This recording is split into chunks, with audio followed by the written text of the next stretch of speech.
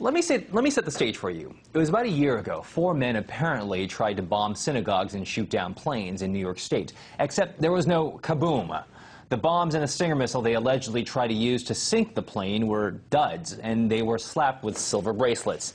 Now there's talk not only were the weapons duds, but the accusation of them being terrorists is a dud as well. Joining us now, not a dud, but a radio host, Jason Bermas. Thank you for joining us, Mr. Bermas. So give us the details about this. This might be all duds. This might be a bit of a setup. Can you explain to us just a little bit more? Absolutely. Well, once again, we have the FBI coming in and actually creating a terror group. In fact, the only weapon that was ever recovered was brought in by the FBI, and it was a handgun. And this is very similar to what happened in 1993 with the original World Trade Center bombing. We had an Egyptian army officer, Ahmed Salam, recruited by the FBI to create a group. And in fact, he was the one that not only created the bomb that went off in the World Trade Center in 1993, but it was supervised by both the FBI and the district attorney. So we see this again and again and again. In fact, during 9/11, 2 of the alleged hijackers actually lived with and rented from an FBI informant. Okay, Mr. Bermas, a lot of people out there will probably say that your accusations are preposterous, but based on the information I've read, there's a lot of evidence saying that this might be the case. There's also an audio file of conversations between supposedly FBI and these accused men. Let's go and listen to that now. It was built by supervision from the Bureau and the GA, and we was all informed about it, and we know that the bomb started to be built. By who? By your confidential informant. What a wonderful, great case. Okay, so that's an audio file that could be evidence. That, I think, comes from your documentary, but then also there is a little bit more evidence besides just that. Can you speak on that a little bit more for us?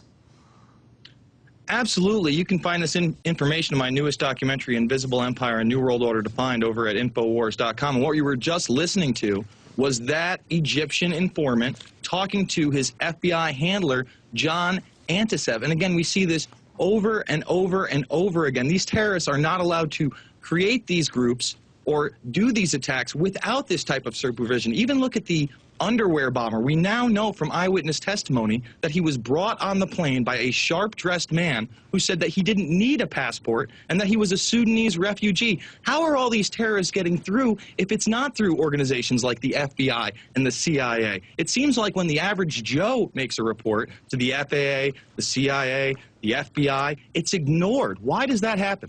Okay. The claim that I've been reading so far is that there was a federal informant who helped these people out, that he offered them pay, that he provided the maps, and this is, by the way, a federal informant who works allegedly with the FBI, and that he bought the only real weapon, which is a handgun. The question I have for you is this. At this point, are we talking about a possible case of entrapment? Absolutely. It's more than entrapment. They create the groups. What they do is they find people with low incomes who have small-time criminal records, and then they demonize them by bringing them into false terror plots that, again, are created by the FBI themselves. Okay. Then the question, the million-dollar question is, why does the FBI do something like this? If they did, in fact... Well, they have to have a reason to have the Department of Homeland Security. They have to have a reason to have all these CCTV cameras. They have to have a reason for the expansion of their command system control grid, where they literally track, trace, and database everything in our lives. And what is that? It's the fear of terrorism. Okay. We had this conversation before, but this kind of throws a whole question, a haze over this term terrorist then, once again, does it not? Absolutely, because again, these people are supposed to have a political goal that they are going to carry out through violence, and the only violence proposed here was by the FBI informant. And this, again, was not even an organization until the FBI got involved. Again, they prey on the weak, they prey on the poor, they prey on low-level criminals, and they trump this up in the media as if there's some great threat from Al-Qaeda blowing up your home.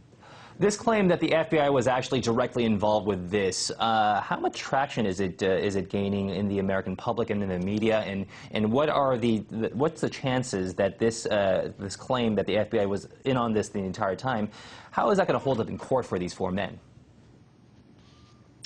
Well, it'll be interesting to see how it holds up in court, and really that's the only way we'll find out how far this went. But I suspect at the end of this, these people will be exonerated. The FBI will be looked at. There will be some slaps on the wrist. But it won't be talked about much in the mainstream media and in the American public because, quite frankly, they don't know. These are the type of stories that are on page 17. They're written once and then never followed up on. Okay, let me ask you maybe more of a page 22 question here.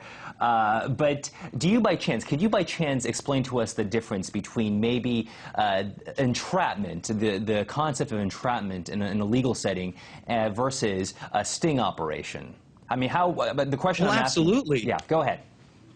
Yeah, absolutely. If I'm out on the streets and I'm actively looking for somebody to help commit a crime with me for a political goal at the end, that would be me going out to commit a crime.